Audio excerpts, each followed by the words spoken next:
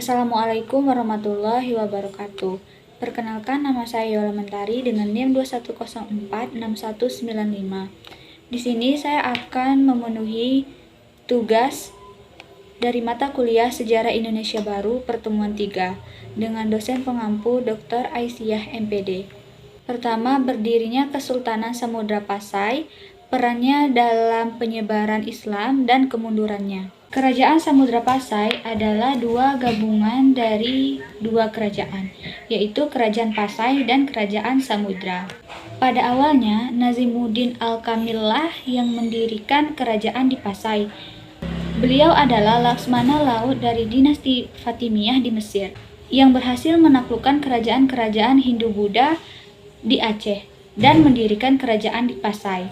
Setelah beliau wafat, kerajaan di Pasai dikuasai oleh Laksamana Johan yang berniat merebut kerajaan di Pasai. Laksamana Johan mengutuskan dua pendakwah untuk bertemu dengan Marasilu dan mereka membujuk Marasilu untuk memeluk agama Islam dan mendirikan kerajaan di Samudra. Marasilu ini adalah seorang anggota angkatan perang dari kerajaan di Pasai.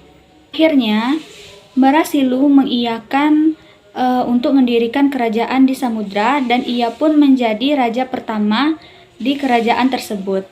Setelah itu, Sultan Malik Al-Saleh menikah dengan putri Ganggangsari keturunan Sultan Aladin Muhammad Amin dari kerajaan Perlak.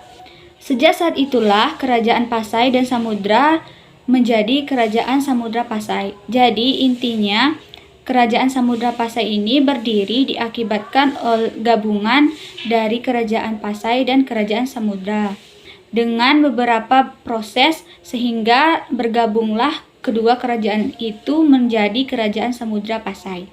Nama Samudra Pasai sebenarnya adalah Samudra Aca Pasai yang berarti kerajaan samudra yang baik dengan ibu kota di Pasai.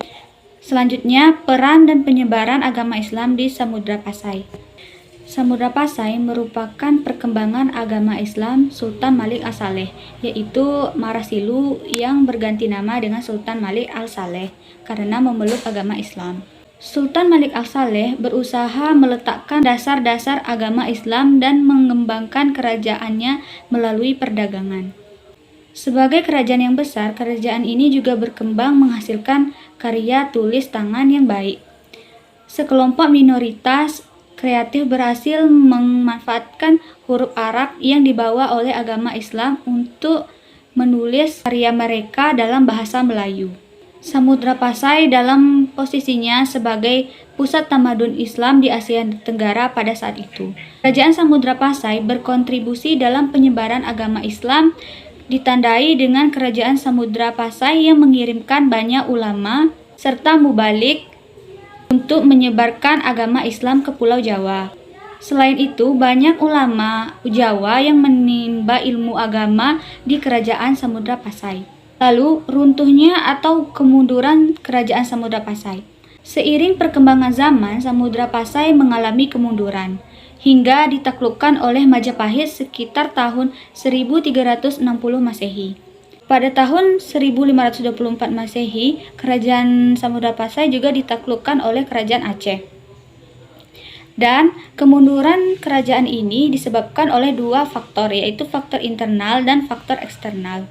Adanya faktor internal yaitu terjadi dalam lingkup persaudaraan, yang mana terjadinya perebutan kekuasaan di dalam kerajaan itu sendiri. Dan faktor eksternalnya yaitu adanya faktor dari luar, yang saat itu Portugis datang ke Nusantara sehingga membuat kekacauan. Akibatnya muncullah serangan Portugis dan Majapahit yang mengakibatkan Samudra Pasai mengalami kemunduran ataupun keruntuhan. Pembahasan kedua di pertemuan 3 ini yaitu berdirinya Kesultanan Malaka, peranannya dalam pelayaran dan perdagangan internasional, serta kemundurannya.